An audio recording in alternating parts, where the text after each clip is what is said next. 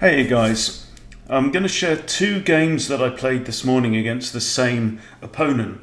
And this is really interesting because one of the things I'm really thinking about at the moment is this yin-yang idea, where yang is forceful, attacking approach to chess, and yin is where you are playing more kind of positionally and defensive and protecting, defending yourself against your opponent's ideas as well. So I've got this idea that to play really well you need a balance of both.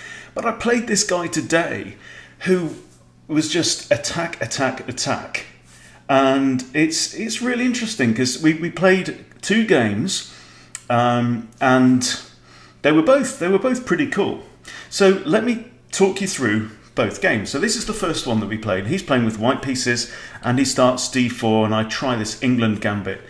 He declines it by pushing d5. I grab the centre, and one of the things you'll notice in this is he plays so many pawn moves. I think his first 7 moves are all pawn moves. So knight out here, this is looking nice and solid for me. Another pawn move.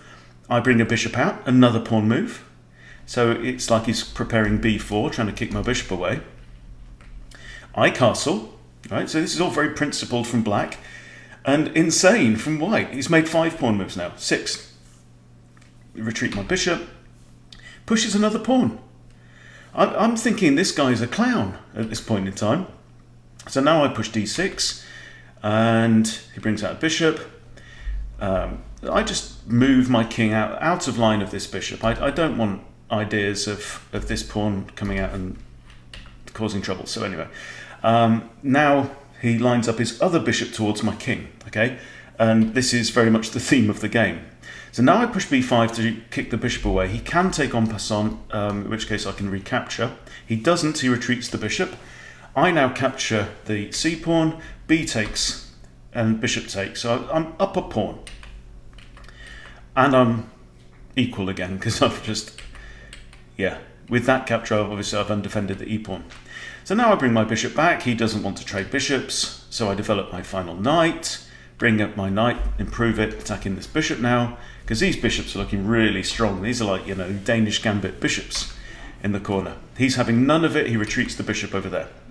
So I improve my knight again, bring it into his space. Now I line up my bishop towards his king. I've got 2 attackers, 2 defenders against his pawn, so I can't capture. And he retreats his knight. He undevelops his own knight all the way back to e1. Okay. All right, so now c5. Again, there's no en passant. He pushes another pawn to attack my knight and kick my knight away. So my knight retreats. Now he develops one of his knights. I just shore up this pawn. Queen comes out attacking a loose pawn here, and I push g6. I'm kind of loath to do this because there is now a bishop in line with my king.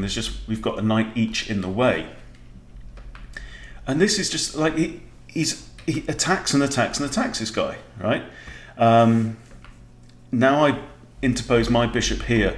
I just want to get material on this diagonal. Also, this is very dangerous. Have this here with white can advance a pawn at any time.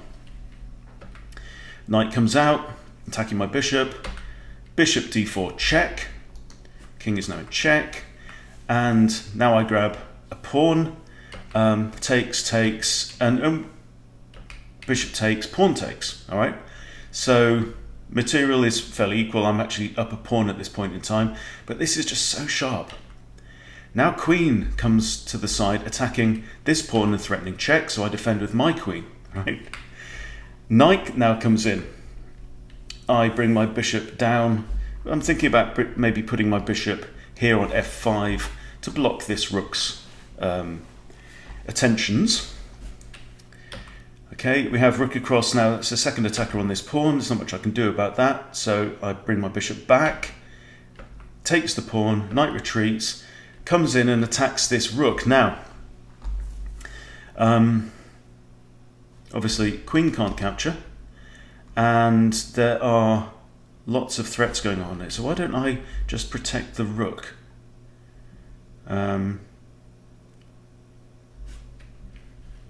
Not sure.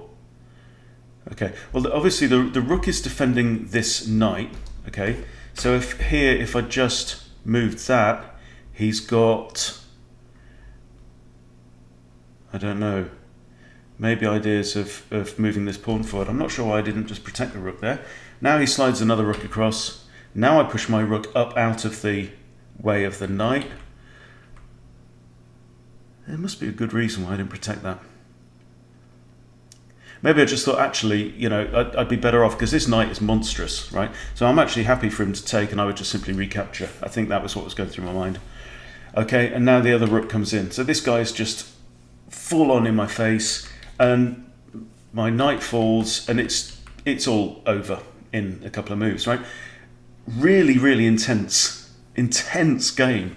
I thought he played the opening really, really badly, but it didn't matter because he's all about tactics and attacking and front foot chess, okay? And in this instance, it paid off, right? There's a quote by Garry Kasparov, possibly the greatest chess player who's ever lived, saying, I may not remember it exactly, but it said something like, I used to attack because it was all I knew.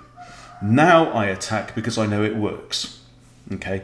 So remembering to attack, it can make your life easier in so many ways. Also, at this point, I've got the threat of a back rank mate in one as well, but I just never got to use it. You know, it was just a desperate game. He's using all of his pieces in attack. This bishop, the queen, the knight, you know, every single piece he's got on the board, bang, he's hitting me with it. Yeah. Anyway, so game number 2, we rematched. So we're both rated 1450 odd at this point in time. So I've got the white pieces and I play the Vienna game. And we have the bishop come out to c5. And when you do that, it's the wayward queen, Vienna. Knight comes out to defend the pawn, which is a good move. Bishop out to c4. So I'm threatening mate in one there. Now he can push the pawn because this pawn's now defended by the knight. Previously, if he'd done that, I would have grabbed this, check, and then win the rook. But he played well. So I retreat my queen back to here, wayward queen style. Still got my eyes on f7, so he blocks with the knight. Fair enough. I advance with my knight.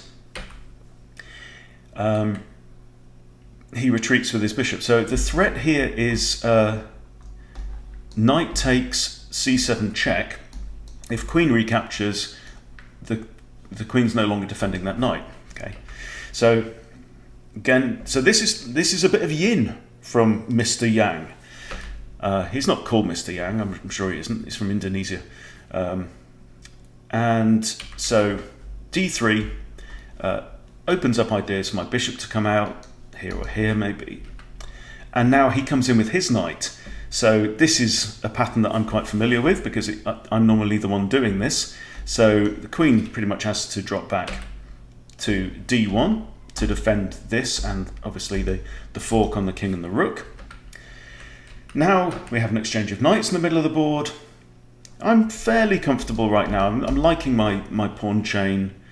So he comes, kicks my bishop, slide back, d5 now, kick in again, and we have an exchange of pawns. So now he's got a slightly stronger pawn center, but he's got a weakness on the king side, and he's very open on the queen side as well. So where's he going to castle? Is he even going to castle? I just retreat my bishop now, and I'm okay. If he wants to swap off this knight for my bishop, that would be all right. Now I come out with my knight, attacking him, and we have a bishop pin. So I attack the knight a second time, developing my bishop. Knight retreats, counter-attacking the bishop. I kick the bishop, takes with a pawn, and now knight to here. It's an attacker on there, but my queen is defending it right now. Not the ideal square for a knight. And now look, he's throwing pawns at me again. Right? It's just like this kind of attack. So I push a3 to give my bishop a hidey hole, because actually this move would actually trap my bishop because I can't retreat and I can't go to here. Okay, and this is protected by the rook, so I have to get the retreat square for the bishop.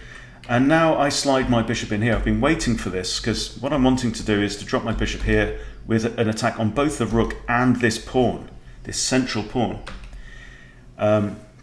He doesn't stop me from doing that. So I attack the rook, rook slides across, obviously it's the only square, and now I grab the pawn. So I'm a pawn up, and again, he comes at me, pushes his rook forward, I push d4 to defend my bishop, so my bishop's now fairly comfortable in the middle of the board. It could get kicked with this, but you know, this guy just throws pawns around all the place. Okay, so a4, bishop retreats into its hidey hole, that's fine. Now I push my queen up, so kind of half looking at some of these pieces, but also maybe preparing to castle. And now we do have f6, my bishop just slides back to g3, knight comes out, and I castle, okay? So fairly comfortable position here for my king. It's got a bishop in there, in its little sniper's nest, centralised my rook, so I'm quite happy about that. I have got weak pawns on the king side, but I'm feeling like, you know, it's like a dogfight for black. It's a dogfight playing against this guy anyway.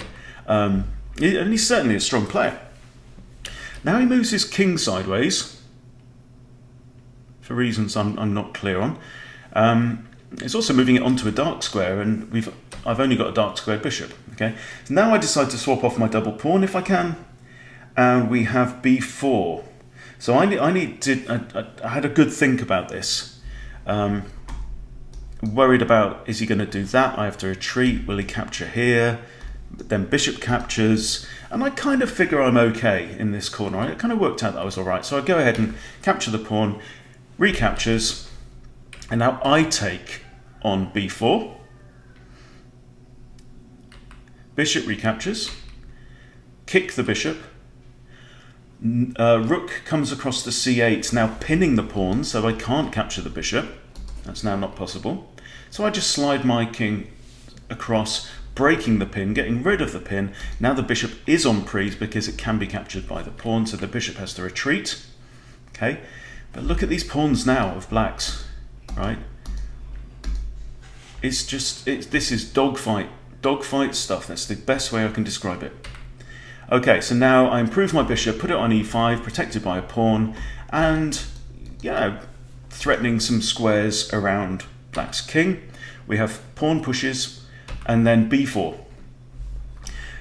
Because the pawn's no longer here, there is no en passant, because the pawn would have to be on this square where it could have captured the pawn on the first of its two squares. But this is now fairly comfortable in the corner.